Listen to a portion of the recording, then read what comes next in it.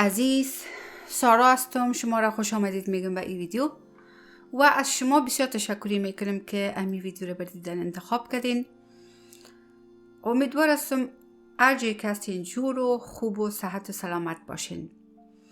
از شما دوستای بسیار نازنین من میخوایم یک بار دیگه همچنان تشکری کنم از کامنت های زیبایتان که شما همیشه ویدیوها را میبینین، لایک میکنین، کامنت میگذارین. این همه باعث از این میشه که من تشویق شوم و زیادتر در خدمت شما قرار بگیرم. موضوع ویدیو امروز ما دوستای عزیز آموزش یک آهنگ بسیار زیبا است از استاد ساربان عزیز که توسط یکی از دوست ما انتخاب شده. دوستای عزیز، من در هر ویدیو تقریبا در هر ویدیو میره تکرار میکنم که من استاد موسیقی هم نیستم و همچنین نوازنده هارمونیام نیستم. ما به توان خودم میخوایم که به خدمت دوستا باشم و همون چیزی که ما یاد گرفتیم با مو اندازه خودم او رو میخوایم بار دیگرها شیر کنم و میخوایم که دیگرها هم اگر بخواین از او استفاده بکنن. میریم دوستای عزیز یک جای شروع میکنیم. دوستای عزیز، همونطور که من گفتم که ما هنوز هم در سکیل فریجین سکیل مصروف هستیم یا عمود نوت های راگ بهروی که تات راگ بهروی را در موسیقی اروپایی می سکیلش به نام فریجین سکیل یاد میکنن که ما هنوز هم مصروف از امی هستیم و آهنگایی که انتخاب شده اکثرا آهنگا که انتخاب شدن ما تمامش وقت نداشتیم اما ما زیادتر کوشش کردیم که تا عده که من امکان دارم امی آهنگایی که دمی فریجین سکیل جور شدن امیارم ما تمرین بتونم و یا سرش کار بکنم که امی آهنگام از امی فریجین سکیل از دوستای عزیز. در فریجین سکیل ما همونطوری که شما میفهمین که نوت‌های راگ بهروی داره که به خاطر راگ بهروی را یادآوری میکنم برزی که بسیاری از دوستای ما در اسکیل‌های اروپایی بلد نیستن، نامایشان بلد نیستن. اینا به نام اصطلاحات موسیقی ایندی را یاد میکنن. من از خاطر به خاطر آسانی کار ایرا یادآوری میکنم که امزمی اسکیل جور شده فریجین اسکیل که نوت‌های راگ بهروی داره. و دوستای عزیز، در فریجین سکیل ما میفهمیم که نوت ری و گا و داونی نوت فلت و یا کمل هستن. ما کوشش میکنیم در هر آهنگ از اسکیل های مختلف، مثلا ما بسیار وقت از سی می نواختیم، حالا مثلا ما میخوایم که امی اسکیل فریجین سکیل از ای بخوانم و ای خوبتر است برای ما. شما دوستای عزیزم چنان پیش خود تمرین کنین. اگر که تا حال فرمول فریجین سکیل یا راگ بهروی در فرمول نوت هایش اگر شما بلد نیستین، ویدیویی را که من تهیه کردم اینجا در بالا میگذارم او را حتما دوستای عزیز چک کنین. وقتی که فرمول فهمیدین که ری و گا و دا و نی کمل و یا فلت است، دیگه رای خودم میافین دوستای عزیز. و اسکیل فهمیدنش در یک آهنگ به خاطر از این مهم است که برای ما جی پی اس است، برای ما میگه که کدام نوت‌ها در این آهنگ استفاده شده و این کار ما را آسان میکنه. ما باز باسانی میفهمیم کدام کورداست که در این آهنگ بگیریم، کدام نوت‌ها استفاده شده، چی رقم بریم چی رقم، یعنی وقت ما کمتر ضایع میشه و ما زیادتر مسلط میباشیم بالای امو آهنگی که میخوایم او را بخوانیم. دوستای عزیز، اگر نظر به می فرمول فریجین سکیل یا نوت های راگ بهروی اگر ما ببینیم، از اینجا اگر ما بخوایم، یعنی ای سی بود، ما از دینی از ای میخوانیم امروز.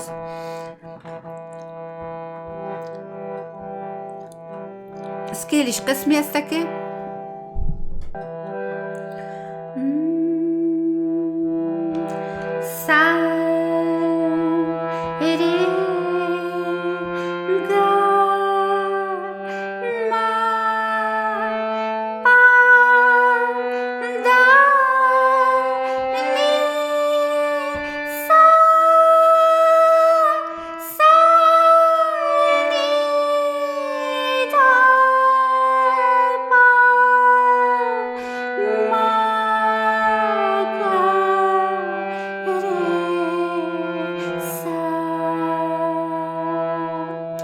دوستای عزیز، این آهنگ در امی آهنگ هیچ نوت بیرون از اسکیل استفاده نشده و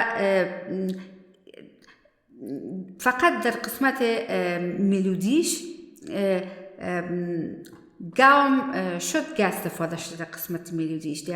در غیر از او در خود آهنگ تمام نودای امو اورجینال اسکیل است که استفاده شده. از ملودی شروع میکنیم.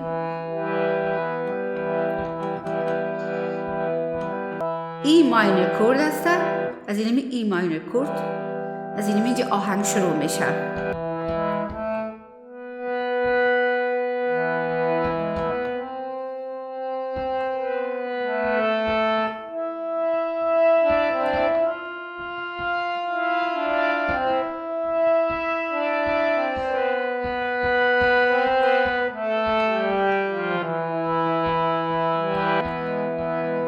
کورد که ملودی با شروع میشه از این قسمت، از این کورد است. آهنگ خودش از اینجا شروع میشه اما کورد برای ملودی از اینجا.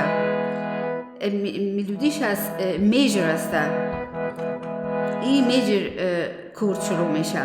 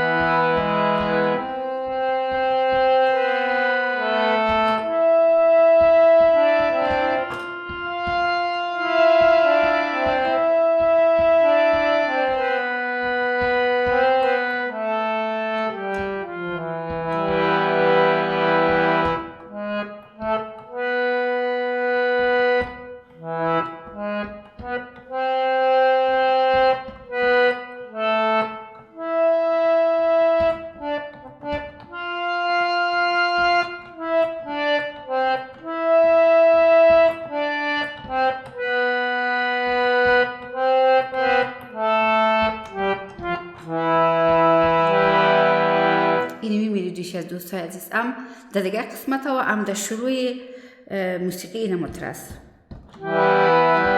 آستایش ناله از اینجا شروع میشه. ای ماینور کورد دوش از به حساب از سه شروع میشه. از ما که اگر به حساب موسیقی ایندی بگویم که سه شده، سه ری گپ بیشتر خواندیم، ای سه از دیگه و آهنگ از سه شروع میشه، از نوت سه. دوشو از مسجد سوی میخانه آمد پیرمون،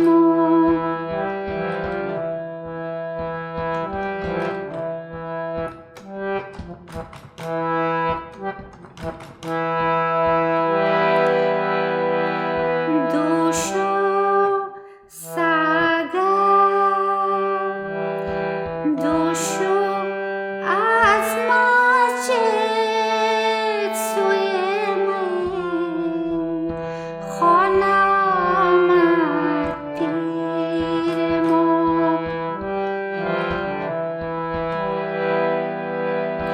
چیست یاران طریقت بعد از این تدبیر ما،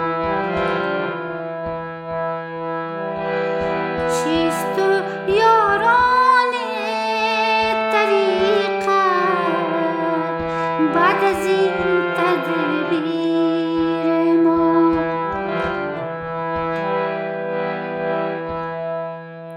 همراه یک دوشو از مسجد سوی میخانه آمد پیرمون.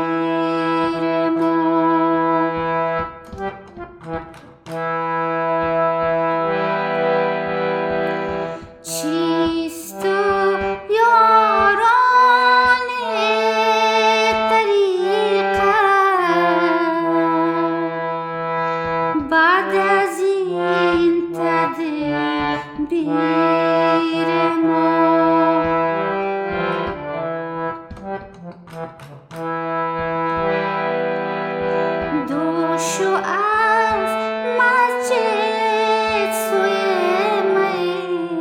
میخانه آمد پیر ما.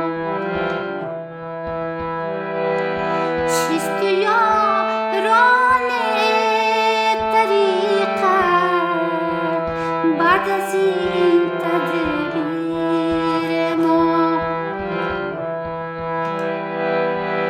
باز همون میلودیش که پیشتر نواختیم اونی میلودیش نواخته میشه. باز از اون میریم سر انتره.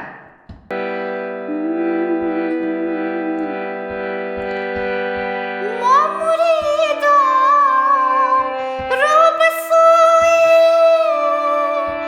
کعبه چون آریم و چون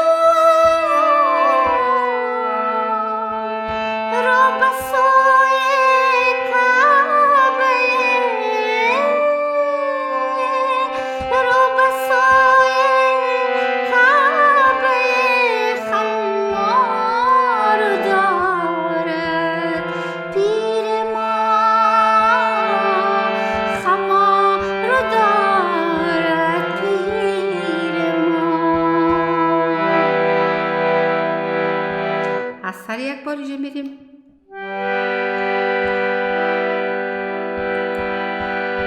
ما مریدان را به سوی کعبه چون آریم و چون را به سوی کعبه را به سوی کعبه خمار دارد پیر ما. خمار دارد پیر ما. ما مریدان را به سوی کعبه چون آریم و چون.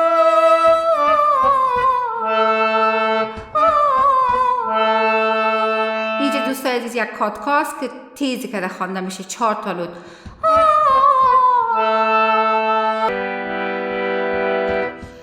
ما مریدان را به سوی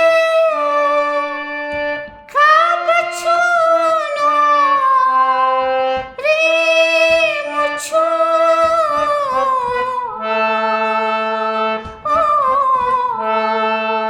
اینجا 4 تا نوت ما زود میگیم که این یک نوع کاتکاسته. را به سوی کعبه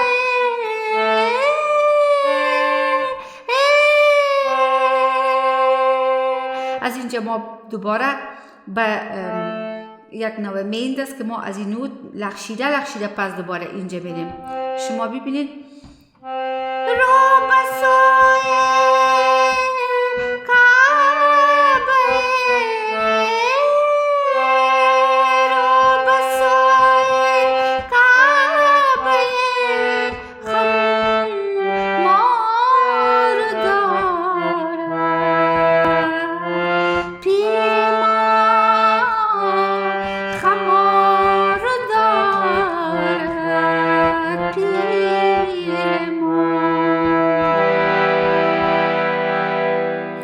دوستای عزیز آهنگ آسان نیست.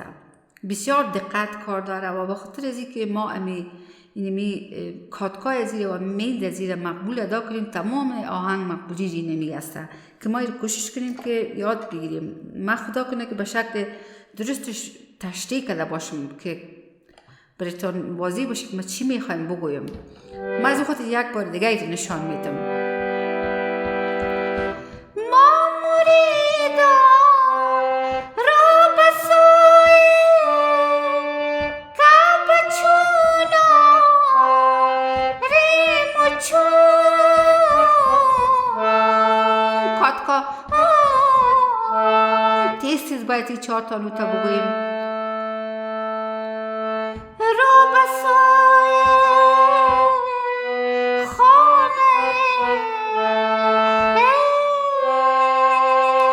از اینجا یک نوع میند است که می 3 تا نوت مالخشیده رفتیم سر از این.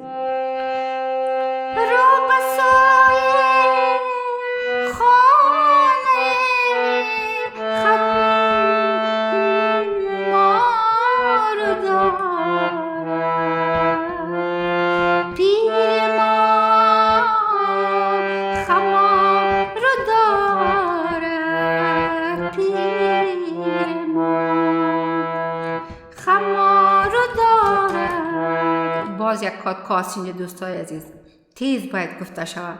خمار دارد پیر ما.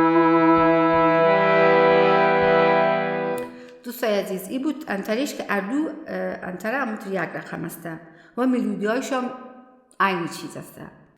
حالا میریم امرای ریتم میره تمرین میکنیم و دی آهنگ یک ریتم 4/4 تایم سیگنیچر استفاده شده، یعنی 1 2 3 4 1 2 3 4 1 2 3 4 که این نوعی که دمی استفاده شده به نام گده است. از اپلیکیشن همی دوست ما گده تبله مست استفاده میکنیم و تمپویش هم 30 میمانیم و میریم ایره تمرین میکنیم. دوستان عزیز ما فراموش کردیم در شروع بگویم که شعر از غزلای حافظ صاحب است، حافظ شیرازی است. البته غزل شماره 15 حافظ شیرازی است و کمپوزیشنش من نمیفهم که از کی است. شما اگر میفهمیدین دوستان عزیز لطفاً در زیر ویدیو ایره برای ما در جریان بانین. میریم امرای ریتم ایره یک جای تمرین میکنیم.